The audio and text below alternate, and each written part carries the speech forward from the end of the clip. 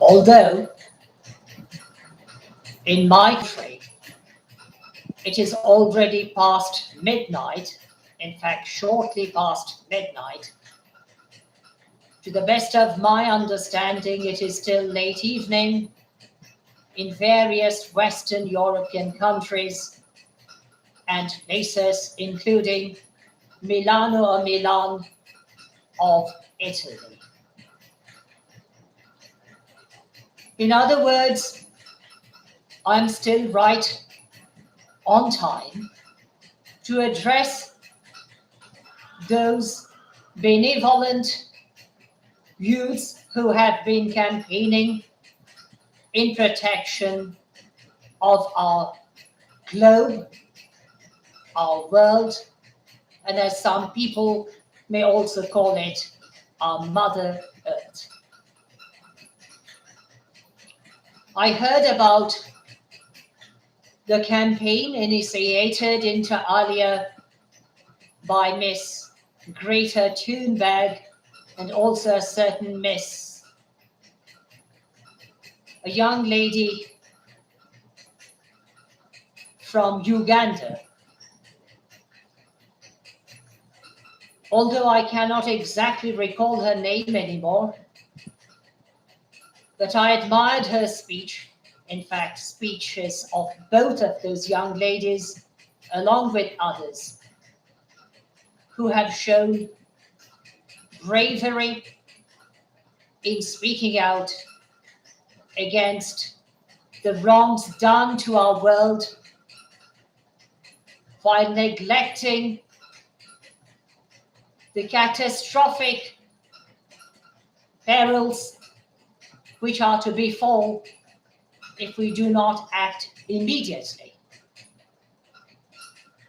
While supporting their campaign from the very core of my heart, I venture to add that there is much truth in the old proverb which says, actions speak louder than words. Although English is not my first native tongue, yet I find much significance in that particular proverb. It is really very tragic, not merely sad, not merely regrettable, but tragic, that we recognized this grave danger so late. Even today, parts of my country has been severely affected by stormy weather, quite unusual in this period of the time. Such changes in climatic atmosphere, if I may use the expression in speech marks or in inverted commas, are no doubt caused by the global warming, and I personally believe also the holes caused in the ozone by our own folly. Although some members of our community or some of the global citizens, who are of course my fellow citizens, may venture to blame the leaders or the politicians of our world, I cannot exempt ourselves individually and collectively to have borne also responsibilities yet failed to discharge our responsibilities in time. I'm no longer a youth. Perhaps I have completed 3/4 of my earthly life and earthly missions, even though I often fail to complete them and to accomplish them properly. But those youths are justified in speaking out. because, to the best of my calculation, 3/4 of their lifespan is still ahead of them. And this must be respected, even honored, and taken into account by all of us. Those who boast to be grown-ups. Our growing up ought to show true maturity. And true maturity has to be based upon facts, which cannot be disputed. Facts, which cannot be called in questions. Not long ago, I already mentioned that even a very simple-minded chauffeur of ours predicted such incidences when I was a little boy. The incidents occurred some 5 decades ago.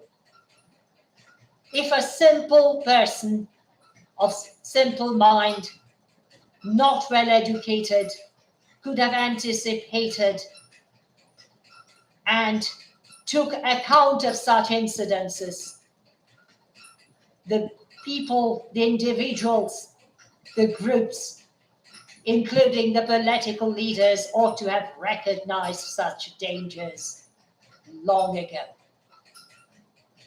None of us can wash any of our hands and say, we are blameless, because we are not. We are blameworthy, and the youths of our world are accusing us, quite justly. We did not have any rights. We did not have any right. We never had any right to endanger them. It was and remains our responsibility to protect them by all means. We have exposed them to the obvious danger of calamities caused by natural catastrophes, which have been occurring throughout the world and is intensifying during the past decades and past few years. The bushfires or forest fires in various countries, the droughts, the torrential rains, the tornadoes and stormy weather, even causing flash floodings and disasters with long-lasting calamities and severe results are caused by global warming, even the partial destruction of the ozone, which was meant and which was supposed to protect us against the various harmful rays exposed or exhausted by the sun. We are to blame and we remain blameworthy. And therefore it is and it remains our responsibility and our indisputable duty to do our very best, even our utmost, to bring the situation under control. We must act immediately and effectively, not merely by uttering words, but doing something per action, befitting that old phrase, the proverb, which I uttered a short while ago: actions speak louder than words. And it's the deeds which make a difference, not merely our words. I wholeheartedly support Miss Greta Thunberg and her team and all others who joined in such campaign in preservation and in protection of the world, the earth, and its atmosphere. While praising the youths and thanking them from the very core of my heart, I remain at their service and at your service, my most beloved, dear and respected friends and respected viewers of this telecasting, this live telecasting, and the video recording of the same.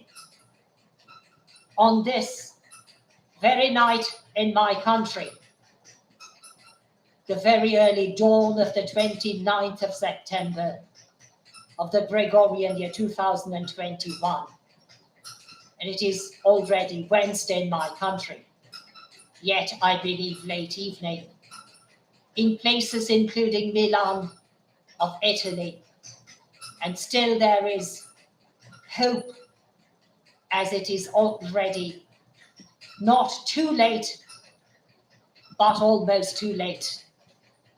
And it is still the 28th of September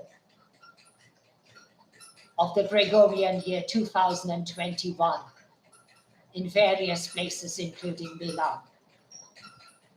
So let us join hand in hand in supporting their campaign and contributing all we can in support of their benevolent, genuine, and justifiable efforts. I thank you once again, while wishing you the protection of the same Creator who created all of us, even those youths, and our world as a whole, and the universe. While I bid all of you a very good night from my country.